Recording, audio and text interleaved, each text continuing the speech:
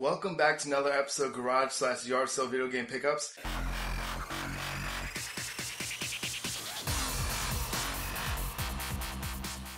Now, let's go straight into what I got. Now, when I went to Too Many Games, I didn't show you guys, I did get a poster, so I'll show you that real quick.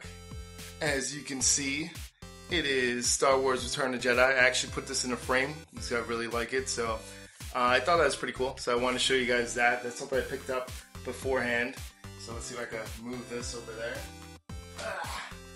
Also, I don't know if you guys see, like I use like a yard like chair or whatever for my back. I've been having a bad back, like I can't even use a computer chair, which is, I don't know, I need something like firm right now. And the computer chair is a little too comfortable and it does not help my back. I know it's a little weird, but just explain that to you guys real quick. So let's go straight into what I picked up. Now, it's kind of funny because I was going around with my friend, right, and she wanted to see like different, flea markets, stuff like that, and I kept saying, oh, I have a whole bunch of flea markets that we could go to, and literally there's 3 of them that I put down on a piece of paper, and not one of them were at the location I said. We couldn't find any of them, and it was so funny because they're supposed to be around me, and none of them were there.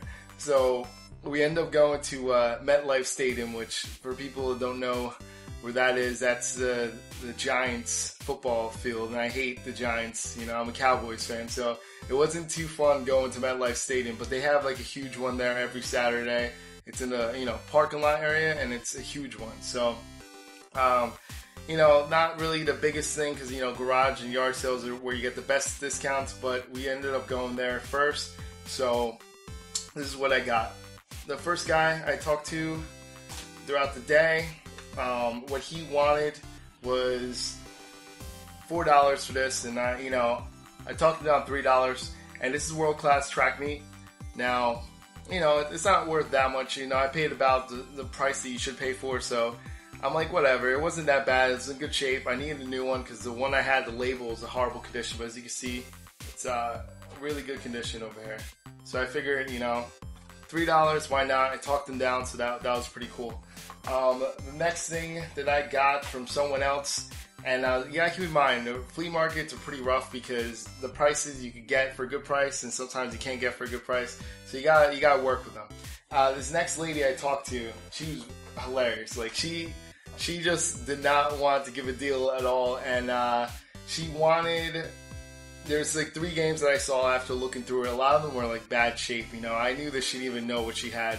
But I saw a couple games. I'm like, all right, well, what do you do? I said, like, how much are you doing for it? She's like, oh, like, I'll like $8 for everything. So $8 already. I'm like, all right, that's not super bad. Like, let's see if I can work her down. And I said, how about 6? And she's like, give me my $2 extra. So I gave her the $8, and then she gave me. She gave me the $2 back anyway. So either way, I got it for $6. I don't know why she did that. It was just funny. But the first game that I got is just football for NES. None of these games are rare or anything, but there are things that like I wanted to improve because these labels are like perfect. So always good to have like good labels, stuff like that. If you can always upgrade something, go for it. Even if you have it already, just upgrade, and then now you have a double. You could use it for trade bait, or you could get rid of them, sell them, or something like that. I also got Urban Champion. So it's another one I needed for a better label for, so I got that. And this one's Crazy Taxi. Now, Crazy Taxi for Dreamcast. Obviously, this is in like great condition. That's why I wanted to get this one. Everything's nice and clean. There was like a couple small scratches on the disc, but I was able to resurface it, so I have a like resurfacer. Well, I can't even say it. I have that. But yeah, so that's pretty much it right there. That's all I got over there. And then there was one other stop that I went to at MetLife Stadium. As I passed by another booth, this guy had like a bunch of different boxes, different things, like different random junk, stuff like that. So I was looking through and I saw like a GameCube. So I saw this GameCube here, which I actually picked up. As you can see, it's really, really nice condition. See, it's perfect condition. And it looks really clean and stuff inside. So I'm like, alright, well, how much do you want for this? And then he says $20. And I'm not gonna pay $20 for a console, especially if I don't know if it's working or not. So that right off the bat, I said no. Like, I'm sorry, like it's too much to risk if something that's not working. So just keep that in mind when you go out there, even though it may sound like a good price, because sometimes some of these go for like, you know, $20, $30 online. If they're working, they look good, but at the same time, like, you don't know if it's working or not. Especially these like old consoles, they could just not work. So it's always a huge risk. You try to get them cheap as possible. And I told him, like, you know, let's do $10 because he also didn't have a controller. And he didn't want to do $10, so then eventually we ended up doing like $11. But, you know, I thought that was fair. It was still a risk for me because I could have been $11 wasted if it wasn't working. But it looked really clean and stuff, so I'm like, you know what? I'll take the risk because I'm pretty good at fixing things too, so hopefully I'll be able to fix it. And I tried it right away and it works. So that's awesome. It works. I have all the cords for it. The only thing I'm missing are controllers, but I have like about 5 GameCube controllers. I'm good with the controllers anyway. This is not my first GameCube. I just do not have one that looks this clean. And I don't have the black one either. So even though the black one was a lot easier to get, I don't have this one. But, you know, it's always good, like I said, to upgrade if you find one that's better than the one you have. So that's why I got that little upgrade there. And that was pretty much it for MetLife Stadium Flea Market. You know, I had some pretty good deals, better than what I thought, because those flea markets, usually they have a set price, and like a lot of things are labeled, and I'm not a huge fan when you go somewhere and they're automatically labeled, because sometimes they don't work with you, but for the most part, I found people that work with me. Well, I can't even talk. But there were a couple people though over there that you could not, like, it was ridiculous prices. They were triple charging you for things. Like it was a joke. It was a joke.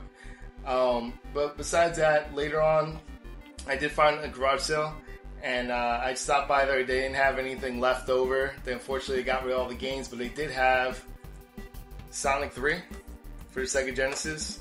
It's complete. So, you know, once again, I do have Sonic 3, but this one's way better. It's perfect condition. If you look at it,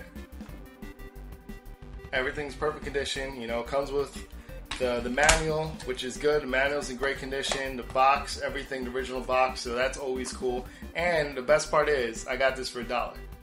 I don't know how or why they get it to me for $1, because especially since everything's there, but they just get it to me for $1, so without a doubt, that's always fun to pick this up. Now, the next two I got from LeapTrade.com. Once again, I still had credit over, and I think I'm almost done with all my credit. I'm not too sure. I gotta check, but I think I'm close to being done with all my credit. First one is Genji Dawn of the Samurai. Now, this is like an action-adventure game for the PlayStation 2. This is a really good game. I really enjoyed this game a lot. So if you guys get a chance to get this, I would recommend getting this. I mean, it's real cheap. By now, you probably get $3 or $4 online. It's a really fun game. You know, I'm going to have to say it's a hidden gem of mine, because not too many people know about it, not too many people play it. But for me, this is like a pretty fun game. It's like a hack and slash game as well. So it's like an action-adventure hack and slash game. So it's really something I suggest getting. If you have a PlayStation 2, definitely get Dawn of the Samurai.